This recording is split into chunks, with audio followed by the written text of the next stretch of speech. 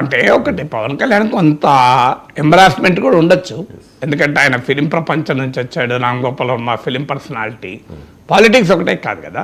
అందువల్ల పవన్ కళ్యాణ్ దాన్ని చాలా తెలివిగా చాలా చమత్కారంగా కూడా నవ్వుతూ దాన్ని డైవర్ట్ చేశాడు. దానికి కారణము ఆయన కూడా ఫిలిమీ వరల్డ్ నుంచి వచ్చాడు కనుక సో సహజంగానే కొంత ఎంబరాస్మెంట్ ఉంటుంది. ఇప్పుడు మీరు నన్ను పొలిటీషియన్ల పైన కామెంట్ చేయమంటే నేను ఇమీడియట్గా పాలిటిక్స్ పైన కామెంట్ చేస్తాను. పొలిటీషియన్ల వ్యక్తులకైనా చేయను, కానీ పాలిటిక్స్ పైన చేస్తాను. మీరు నన్ను మీడియాలో ఉన్న ధోరణుల పైన అడిగారనుకోండి, నేను కామెంట్ చేసేటప్పుడు కాస్త ఆలోచిస్తాను, ఎందుకంటే నేను కూడా అదే రంగం నుంచి వచ్చిన వాడిని కనుక ఓ వ్యాఖ్య చేసేటప్పుడు.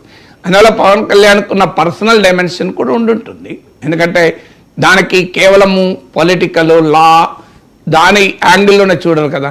వెంటనే రేపొద్దున నుంచి పవన్ కళ్యాణ్కు ఆర్జీవీకి ఆ సినిమా నుంచే పడలేదు అని మొదలవుతుంది కదా.